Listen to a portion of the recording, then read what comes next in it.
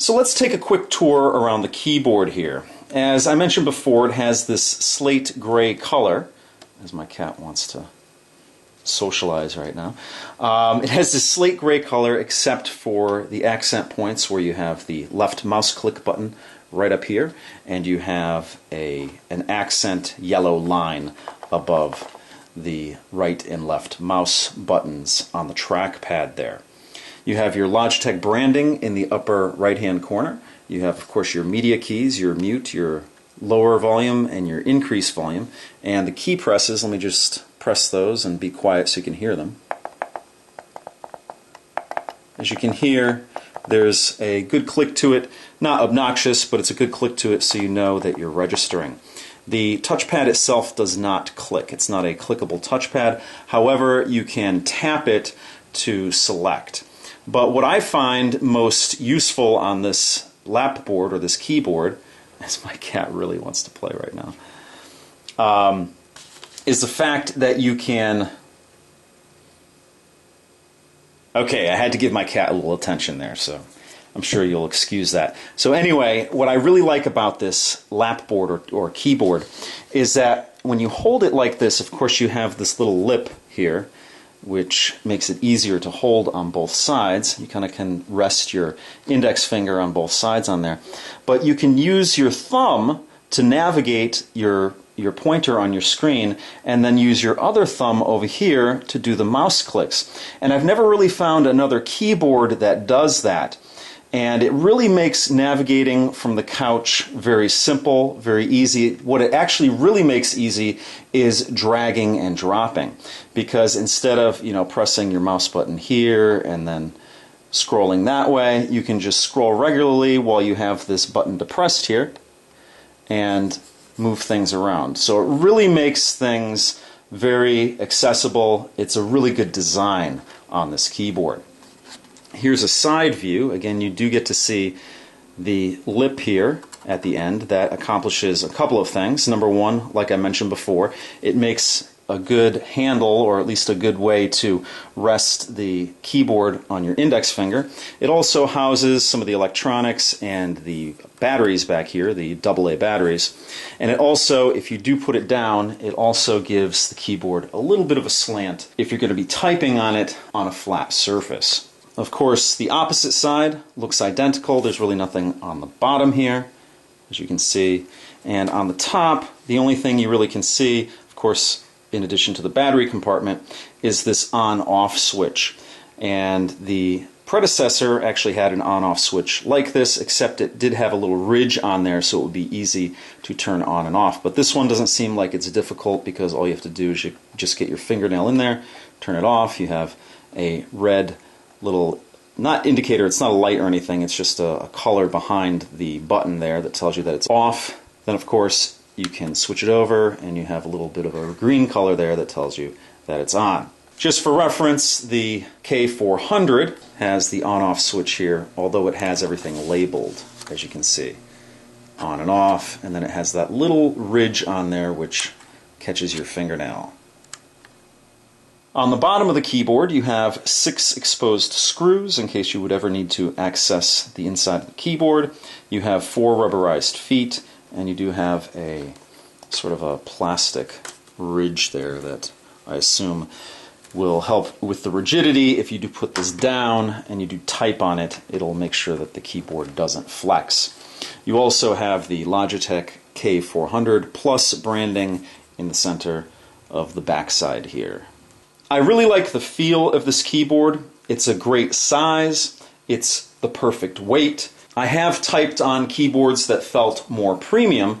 However, this by no means feels cheap at all. This very well might be the perfect media keyboard for a home theater PC application. So I have the Logitech K400 plugged in, and this is what's called Logitech Options, which is on the computer here, and it basically just shows up because it knows that this device is plugged in to the computer when you plug the USB dongle in there.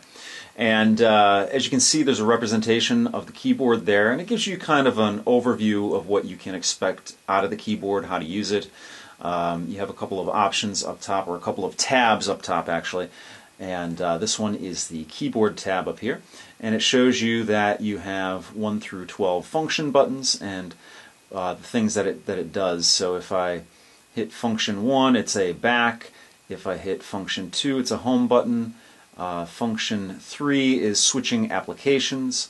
Function 4 is a right click. Function 5 is search. Function 6 is show and hide on the desktop. Function 7 is maximize a window. Function 8 is switching screens. And function 9 is the media player. Then you have a couple of function buttons that are not highlighted here, which is starting with function 10. That's a rewind button. Function 11 is the play pause control, and function 12 is the fast forward button. I think they didn't highlight that because it's very self-explanatory. They're universal icons that cover that.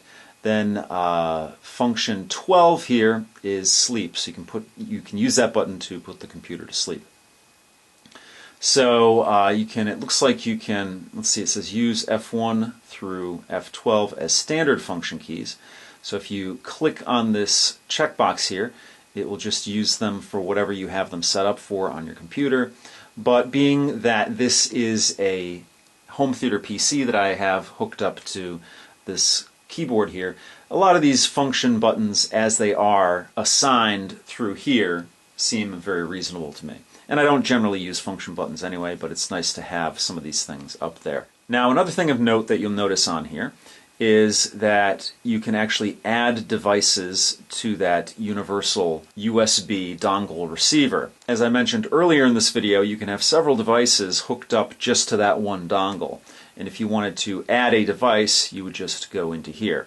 I don't have a situation right now where I'm going to be doing that, but sometime in the near future, I'm actually going to be upgrading my home theater PC to my gaming rig. And I really don't want to go into that too in-depth in this video.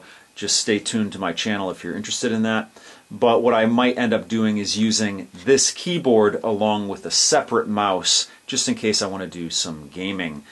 So I would need a second mouse as opposed to this touchpad here. But for the majority of the use that I would use from the couch, this touchpad is going to work just fine.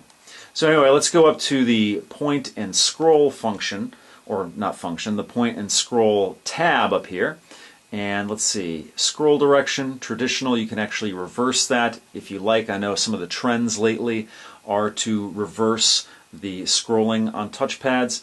I prefer the traditional way to do it. If you reverse it, then it mimics that of a tablet or a cell phone.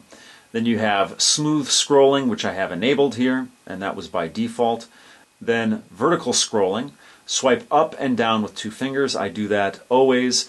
If you have a window that has a scroll bar on the side, you don't have to worry about clicking the arrows or anything like that.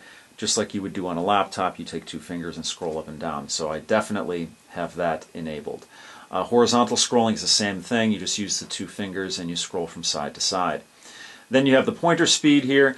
I set this to its fastest because I find it works best for me when I want to navigate around the screen. Then we have a video that's not installed here. I could download a video. I might do that in a second. But let's go on to the next tab up here, which is gestures. Of course, down here, if you did want to restore everything to defaults, if you changed anything, you could do that easily by just clicking on that. Before I go up to gestures, let's take a look at this More button down here real quick. More settings, shows you the firmware that you have on the keyboard, notifications. So I have notifications set for the device when the device battery becomes low and when a lock key is pressed. Then you can actually disable some keys here. You can disable the caps lock, the scroll lock, the insert, and the Windows Start key. I don't really want to do any of that, so it seems like everything's set up the way I'd like it to be. Of course, you have a software settings here, and it just tells you the software version that you have. I have it automatically check for updates, and you can go down to support down here. So let's finally go to the gestures tab up here and see what that's all about.